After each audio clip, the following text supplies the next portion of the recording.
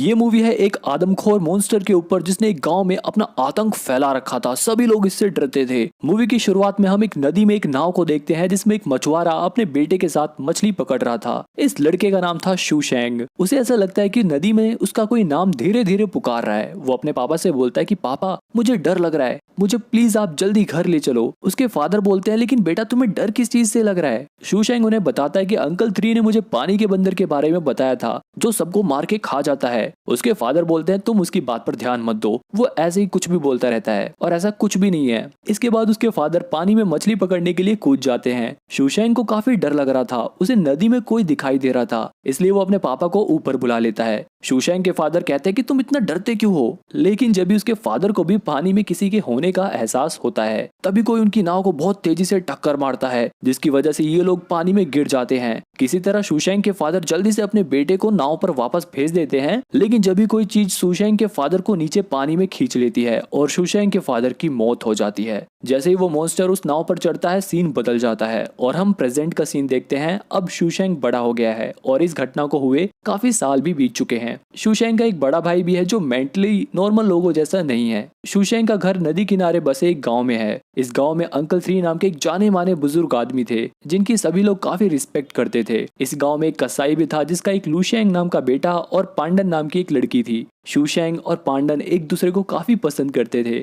थोड़ी देर बाद हम देखते हैं कि गांव की मार्केट में एक आदमी भागते हुए आता है और कहता है कि नदी किनारे एक सर कटी हुई लाश मिली है। गांव के सभी लोग भागकर नदी किनारे जाते हैं और उस लाश को देखकर एकदम हैरान हो जाते हैं। अंकल 3 कहते हैं कि पानी का बंदर अब वापस आ गया है। तुम लोग जानते हो ना 10 साल पहले उसने क्या किया था। गांव के लोग एकदम डर जाते हैं और अंकल 3 से कहते हैं कि आप सबसे पहले हमें इससे छुटकारा पाने का तरीका बताइए। अंकल 3 कहते हैं कि 10 साल पहले की तरह हमें इस बार फिर से एक कुंवारी लड़की की बलि चढ़ानी होगी। लेकिन पांडन के फादर अंकल 3 की इस बात से सहमत नहीं थे। वो कहते हैं कि बलि चढ़ाने का मतलब है खून करना और मैं ऐसा नहीं होने दूंगा। शूशैंग पांडन की दुकान पर आकर पांडन को उस वाटर मॉन्स्टर के बारे में बताता है और उससे कहता है कि तुम नदी किनारे कपड़े धोने मत जाना, यहाँ घर पर ही रहना। तभी पांडन के फादर यहाँ आ जाते हैं और अपनी बेटी से बोलते हैं कि तुम्हारा भाई कहाँ है, जाओ उसे ढूंढ के लेके आओ। इसके बाद पांडन अपने भाई को ढूंढने लगती है। वही उसका भाई लूशैंग नदी किनारे बत्तख पर गुलेल से निशाना लगा रहा था। जब भी वो देखता है कि बत्तख एकदम से पानी के अंदर गायब हो जाती है, वो पानी के अंदर जाकर देखता है तो उसे पूंछ जैसी कोई चीज दिखाई देती है। सीन बदलता है और हम देखते हैं कि पूरा गांव लूशैंग को ढूंढ रहा था। यहाँ शैंग के भाई शैंडोग को लूशैंग की लाश नदी किनारे दिखाई देती है। अपने भाई की लाश को देखकर पांडन बेहोश हो जाती है और उसका पिता चिल्ला चिल्ला कर रोने लगता है।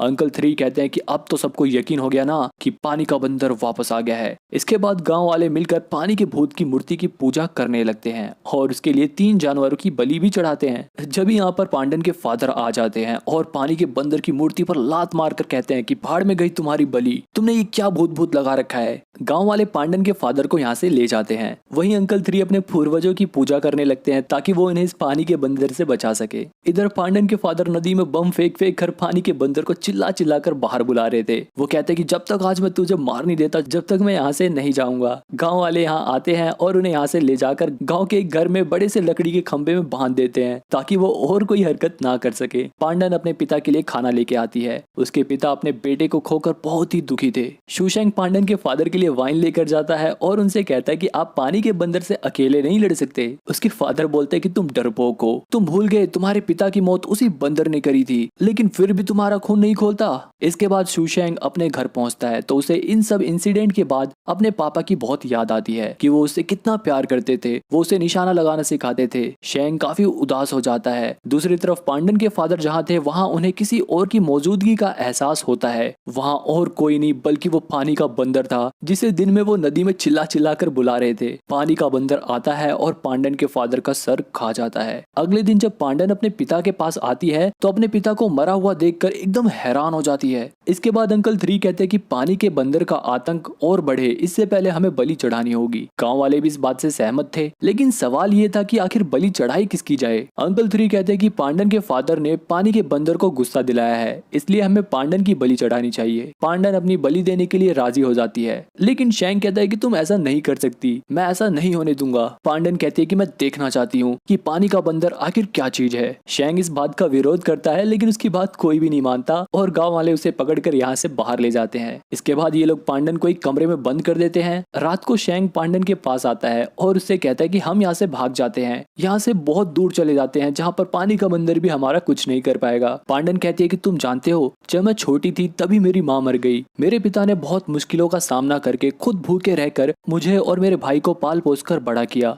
लेकिन उस पानी के बंदर ने एक ही पल में सब कुछ खत्म कर दिया। मैं तुम्हें बहुत पसंद करती हूँ, लेकिन अब तुम मुझे भूल जाओ। उस शैतान ने मेरा पूरा परिवार खत्म कर दिया। अब मैं बिना उसका सामना किए यहाँ से नहीं जाऊंगी। शेंग उसे जबरदस्ती ले जाने की कोशिश करता है, लेकिन पांडन तब भी वहाँ से नहीं जाती। शेंग एकदम उदास हो जाता है। उसे हर वो बात याद आती है कि कैसे उसके पिता की मौत हुई। लोग हमेशा उसे डरपोक डरपोक कहकर बुलाते थे। कैसे अब पांडन भी उस पानी के बंदर की वजह से उससे दूर हो रही थी। इसके बाद शेंग पानी के बंदर को पकड़ने का प्लान बनाता है। वो अपने पिता की पुरानी गन निकालता है और फिर निशानेबाजी की प्रैक्टिस करता है। इसके बाद वो अपने भाई के साथ अपने चचेरे भाई के पास जाता है और उससे मदद मांगता है। उसका चचेरा भाई अपनी नाव निकालता है और अपने कुछ साथियों को भी इकट्ठा कर लेता है। वहीं गांव वाले नदी किनारे पांडन की बलि देने के लिए उसे अकेले एक नाव में पानी के बंदर के लिए छोड़ देते हैं। जब यहाँ पर शेंग अपने चचेरे भाइयों के साथ आता है और वो पांडन से कहता है कि मैं तुम्हें बचाने आ गया हूँ। गांव वाले कहते हैं कि अब तुम कोई फिर से गड़बड़ी मत कर देना शेंग। शेंग कहता है कि बलि चढ़ाना एक हत्या है। पानी का बंदर ना ही कोई भगवान है और ना ही कोई राक्षस, वो एक आदमखोर है जिसने ना जाने कितने लोगों को जान से मार डाला। इससे डरना छोड़ दो। मैं भी पहले तुम्हारी तरह ही डरता था। मुझ में तो इतनी भी हिम्मत नहीं थी कि मैं भी पांडन की तरह अपने पिता की मौत का बदला इस वाटर मॉन्स्टर से ले सकूं, लेकिन अब मैं अपने प्यार के लिए इस पानी के दानव का सामना करूंगा। अगर आप लोगों में से कोई मेरा साथ देना चाहता है तो वो नाव पर आ जाए। गांव के दो लड़के इनकी मदद करने के लिए आगे बढ़ते हैं। इसके बाद शेंग इन सभी लोगों को अपना प्लान समझाता है और प्लान के अकॉर्डिंग ये लोग पानी में मांस के टुकड़े फेंकते हैं ताकि वो बंदर उसे खाने के लिए आए और ये लोग उसे बाहर खींच सके। लेकिन पांडन इन लोगों की स्टूपिड हरकतों को देखकर शेंग से कहते हैं कि तुम्हें पक्का यकीन है ना ये लोग तुम्हारा साथ दे सकेंगे। इसके बाद पूरा दिन बीत जाता है, लेकिन पानी का बंदर अभी भी इन्हें दिखाई नहीं देता।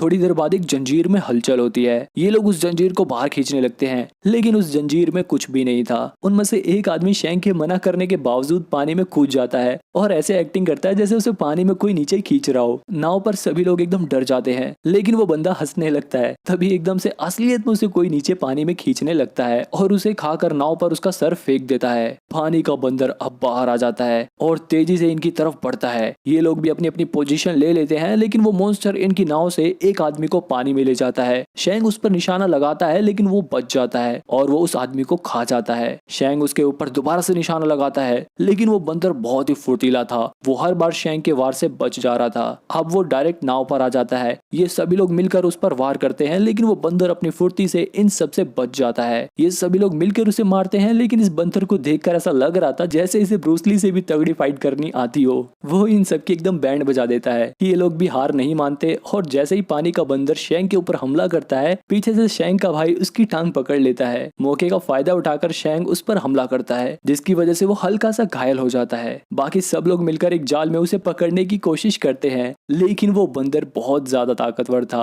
वो जाल से बाहर निकलकर पानी में वापस चला जाता है। अब ये लोग भी वापस शेंग के घर चले जाते हैं, क्योंकि पानी का बंदर इन सबको पहचान गया था और रात होते ही वो इन्हें ढूंढते हुए यहाँ पर आ जाता है। उसे कमरे में कोई दिखाई देता है और वो उसे मारने के लिए कमरे में घुस जाता है, लेकिन वहां पर कोई इंसान नहीं था, बल्कि ये शेंग का एक प्लान था। ये लोग उस कमरे के खिड़की दरवाजे बंद कर देते हैं और उस पर हमला करने लगते हैं, लेकिन वो बंदर अपनी फुर्ती और ताकत की वजह से इन सब के कई वार से बच जाता है। लेकिन शेंग की प्लानिंग बहुत तगड़ी थी। वो बड़ी चालाकी से उसका ध्यान भटकाकर उसे एक मजबूत से लोहे के पिंजरे में कैद कर लेता है। यहाँ हमें पता चलता है कि शेंग डरपोक नहीं था। वो इस पानी के बंदर को पकड़ने के लिए पिछले 10 साल से तैयारी कर रहा था। इसके बाद ये लोग उस आदमखोर को गाँव वालों के सामने ले जाते हैं। गाँव वाले इस बंदर को देखकर काफी हैरान थे। ये लोग अब शेंग को अपना हीरो मानने लगे थे और ये लोग डिसाइड करते हैं कि सुबह इस आदमखोर बंदर को जला दिया जाएगा। लेकिन जब यहाँ पर अंकल 3 आ जाते हैं और वो कहते हैं कि ये पानी का भूत है, तुम लोगों ने इसे पिंजरे में कैद करके बहुत बड़ी गलती कर दी। गांव का मुखिया कहता है कि आज रात जश्न मनाया जाए और हमारे हीरो को और उसके साथियों को शानदार दावत दी जाए और कल सुबह हम देखेंगे कि आखिर इस बंदर का करना क्या है। अब यहाँ ये सभी दावत का मजा उठाते हैं।